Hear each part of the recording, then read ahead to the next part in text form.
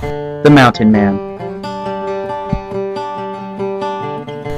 The mountain man and trapper led a life that was dangerous, arduous at times, and downright miserable. The lives of many mountain men ended in violence, either by Indian attacks or ambush, or through violent encounters with grizzly bears, one of the few creatures in the Rocky Mountains which knew no fear of man. Starvation and exposure always threatened during the long winter months, but they still came in spite of dangers, personal risks, and discomforts. The mountain men were drawn to the wilderness, like the earlier generations of beaver men, primarily for money. The high prices paid for furs and skins, particularly for beaver fur, held out the promise of quick money. Driven by fashion, beaver pelts were in great demand from European and American hatters, who would pay high prices to obtain the primary raw material used in the manufacture of the felt. In addition to money, life in the mountains provided other motivations: adventure, freedom, independence, love of the outdoors, and the twin challenges of hardship and danger.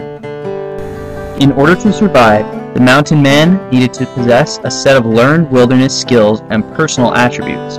Without these skills and attributes, individuals who came to the mountains either died early or became discouraged and left the mountains after a season or so.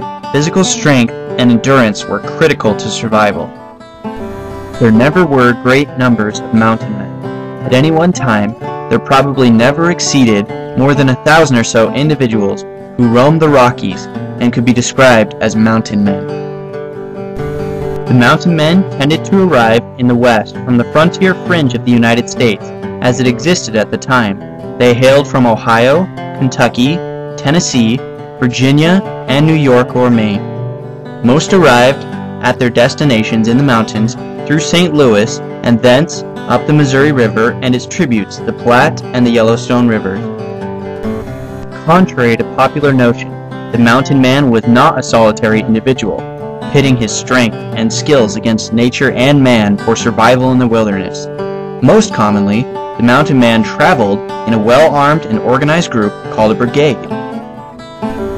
The exploits and adventures of the mountain men became legendary as these individuals represented the cutting edge of exploration at a time when the entire nation was focusing its attention to westward expansion. The mountain man was at the epicenter of the nebulous concept of manifest destiny, that is, a continent-spanning nation. Whether they were aware of the concept or not, all were the point men of a nation unfolding westward, geographically and politically, and will be remembered forever.